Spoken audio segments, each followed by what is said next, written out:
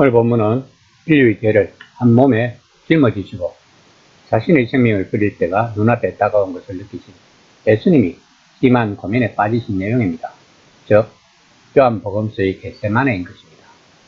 12장 27절입니다. 지금 내 마음이 괴로우니 무슨 말을 하리요. 아버지여 나를 구원하여 이때를 면하게 하여 주옵소서. 그러나 내가 이를 위하여 이때에 왔나이다. 예수님은 앞절에서 헬라의 몇 사람이 찾아뵙기를 원한다는 말을 듣고 때가 왔다고 말씀하셨습니다. 예수님은 이 순간을 기다리셨던 것입니다. 그런데 그 순간이 다가오자 예수님이 마음은 괴롭다고 말씀하십니다. 결국 예수님은 육체가 되신 말씀이셨던 것입니다. 연약한 육체, 우리 모두처럼 고통에 움츠리는 육체, 살과 피를 지닌 인간으로서의 그분의 타고난 본성은 이렇게 말하고 있었던 것입니다. 때가 되었다. 그런데 그것을 피할 다른 길은 없는가? 다른 복음서들은 겟세마네 동산에 이를 때까지 예수님이 이런 심정, 자기 자신과의 이런 괴로운 내면의 대화를 보여주지 않았습니다. 요한이 그것을 앞당겨 가져온 덕분에 우리는 지금 예수님이 체포되시기 전 예루살렘에서의 심정을 알 수 있는 것입니다. 12장 28에서 29절입니다. 아버지여 아버지 이름을 영광스럽게 하옵소서 하시니 이에 하늘에서 소리가 나서 이르되 내가 이미 영광스럽게 하였고 또다시 영광스럽게 하리라 하시니 곁에 서서 들은 무리는 천둥이 울었다고 하며 또 어떤 이들은 천사가 그에게 말하였다고 하니 복음서에서 하나님의 음성이 예수님을 향해 공적으로 말씀하신 경우가 3번 있었습니다. 공생애를 시작하면서 세례를 받으실 때 변화산 사건에서 그리고 본문입니다. 각각의 복음서는 첫 독자들이 틀립니다. 그러면 요한은 무엇을 말하고자 하는 것일까요? 요한복음에서 모든 것이 아버지의 영광을 향하고 있다고 말하고 있는 것입니다. 그 영광을 성취하는 데 필요한 어떤 일이라도 무엇이든 하겠다는 예수님의 헌신에 대한 태도를 말하고 있는 것입니다. 예수님은 이 길을 다 걸어가시면서 기초를 준비하셨고 아버지의 뜻에 대해서와 어떻게 세상이 구원받는지에 대해서 말씀하셨던 것입니다. 그런데 이제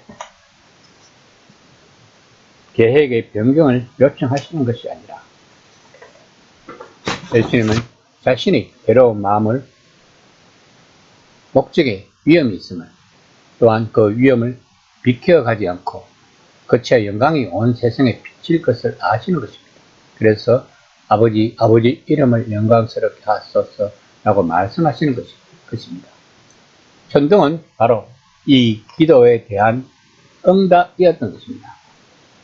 12장 30에서 31절입니다. 예수께서 대답하여 이르시되 이 소리가 난 것을 나를 위한 것이 아니라 너희를 위한 것이니라. 이제 이 세상에 대한 심판이 이르렀으니 이 세상의 임금이 쫓겨나리라. 세상에서 하나님의 통치권을 가로챈지라 그 통치권을 남용하여 가난한 이들을 짓밟고 스스로 왕과 군주와 심지어 신으로까지 높아진 이들, 이제 그들이 전부 유죄 판결을 받을 것입니다. 이제 이 세상에 심판이 온다는 예수님의 심판의 말씀은 수많은 사람들이 기대했던 말이었던 것입니다. 그러나 예수님은 그들이 생각하는 그런 우리의 메시아가 아닌 것이었습니다. 그분의 의도는 세상 나라를 전복시키고 하나님 나라로 그것을 대신하는 것이었습니다. 하지만 승리의 성격이 완전히 달라야 한다는 것입니다. 12장 32에서 33절입니다. 내가 땅에서 들리는 모든 사람을 내게로 이끌겠노라 하시니 이렇게 말씀하시면 자기가 어떠한 죽음으로 죽을 것을 벌심이르라. 예수님이 세상을 구원하시는 방법은 예수님 자신이 강내의 뱀처럼 막대기에 들려 높아지시는 것입니다. 이것이 세상이 구원받는 길이라고 말씀하시고 있는 것입니다. 이것이 하나님의 영광을 받으시는 길인 것입니다. 칼은 창조주 하나님을 영화롭게 하지 못합니다. 자기 희생적인 사랑만이 그렇게 할 수 있다고 예수님은 지금 말씀하고 계시는 것입니다. 그러나 청중들은 납득하지 못합니다. 12장 34절입니다. 이에 무리가 대답하되 우리는 율법에서 그리스도가 영원히 계신다 함을 들었거늘 너는 어찌하여 인자가 들려야 하리라 하느냐. 이 인자는 누구냐. 그들은 예수님의 말씀을 이해하지 못하고 있는 것입니다. 구약 성경에 의거하면 메시아는 영원히 가실 것임을 말하고 있습니다.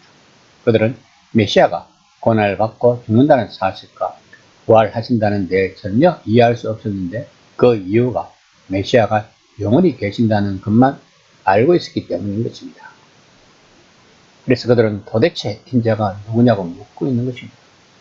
12장 35에서 36절입니다.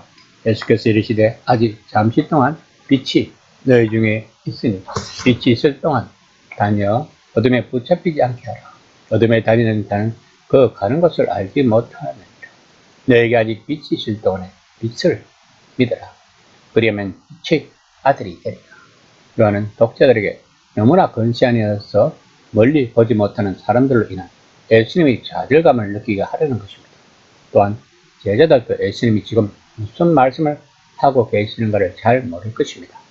왜냐하면 아직까지 예수님의 제자들과 예수님이 지금 무엇 때문에 예루살렘으로 올라가시는지를 잘 모르고 있기 때문입니다. 지금 예수님은 빛과 어둠에 대해 말씀하고 계십니다. 빛은 잠시만 그들과 함께 있을 것입니다. 그들은 빛을 붙잡고 빛 안에서 걷고 빛을 믿어야 한다는 것입니다. 이것은 지금 우리들에게도 하시는 말씀일 것입니다. 이 시간 나는 과연 빛 가운데서 그 빛을 붙잡고 그 빛 안에서 걷고 있는지를 한번 점검해보는 시간이 되었으면 합니다.